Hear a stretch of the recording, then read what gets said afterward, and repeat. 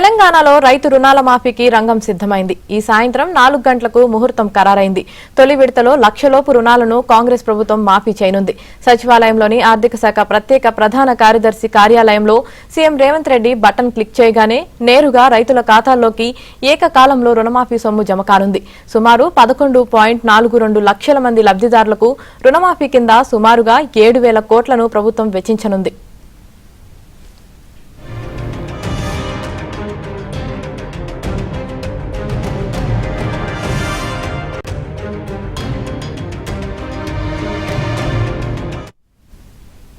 రైతులను 3 కేటగిరీలుగా విభజించి రుణమాఫీ చేయాలని రేవంత్ సర్కార్ నిర్ణయించింది.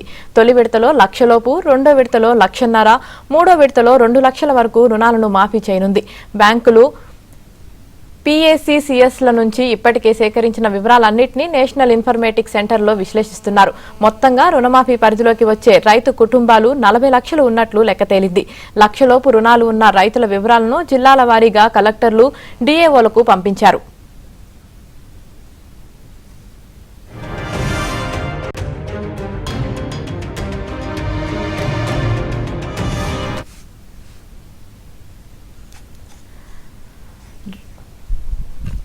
రైతులను 3 కేటగిరీలుగా విభజించి రుణమాఫీ చేయాలని రేవంత్ సర్కార్ నిర్ణయించింది. ఇదే విషయానికి సంబంధించి మరింత సమాచారం మా ప్రతినిధి రాజేష్ లైవ్ లో అందిస్తారు. రాజేష్.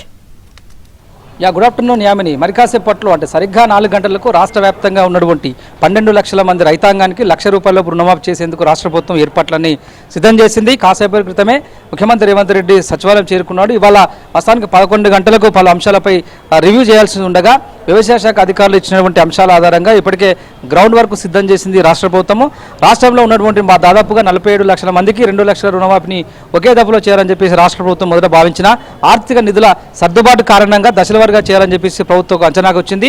దానిలో భాగంగా ఈ నెల 18వ తేదీన అంటే ఇవాళ 1,00,000 రూపాయల రుణాలను మాఫీ చేయాలని చెప్పేసి రాష్ట్ర ప్రభుత్వం ఒక నిర్ణయానికి వచ్చింది. దాని తర్వాత ఈ నెల చివరాఖరికల్లా 1,50,000 రూపాయల లోపు ఉన్నటువంటి రైతులకు, అదేవిధంగా ఆగస్టు 15వ తేదీలోగా మిగతా రైతులకు 2 లక్షల రూపాయల రుణాలు ఉన్నటువంటి రైతులకు మొత్తంగా రైతుల రుణమాఫీకి సంబంధించినటువంటి అంశాన్ని అంతా కూడా దశల వారీగా 3 దశల్లో చేసేందుకు రాష్ట్ర ప్రభుత్వం కసరత్తు ప్రారంభించింది. ఈ నెల 24వ తేదీ నుంచి రాష్ట్ర బడ్జెట్ అసెంబ్లీ సమావేశాలు జరిగే అవకాశం ఉన్నందున బడ్జెట్లో పెద్ద ఎత్తున సంక్షేమ పథకాలకు, అదేవిధంగా వ్యవసాయానికి పెద్దపీట వేయాలని చెప్పేసి రాష్ట్ర ప్రభుత్వం నిర్ణయించింది. ఆ మేరకు ఈ 2 శాఖలకు సంబంధించినటువంటి అంశాల వారీగా బడ్జెట్ ప్రతిపాదన సిద్ధం చేసి రాష్ట్ర ప్రభుత్వానికి పంపించినటువంటి సంబంధిత శాఖల అధికారులు ఇచ్చినటువంటి నివేదికల ఆధారంగా రుణమాఫీ చేసేటువంటి అంశం అయితే ఇవాళ 4 గంటలకు సరిగ్గా ప్రారంభం కానుంది. ఈ యొక్క కార్యక్రమంలో పార్టిసిపేట్ చేయాల్సిందిగా సంబంధిత జిల్లాల మంత్రులు, ఎమ్మెల్యేలు, ఎమ్మెల్సీలు, స్థానిక ప్రజాప్రతినిధులందరూ కూడా పార్టిసిపేట్ చేయాలని చెప్పేసి కూడా రాష్ట్ర ప్రభుత్వం ఆదేశించింది. జిల్లా కలెక్టర్ల పర్యవేక్షణలో సాయంత్రం 4:30 గంటల సమయంలో ముఖ్యమంత్రి రేవంత్ రెడ్డి తెలంగాణ రాష్ట్ర సచివాలయం వేదికగా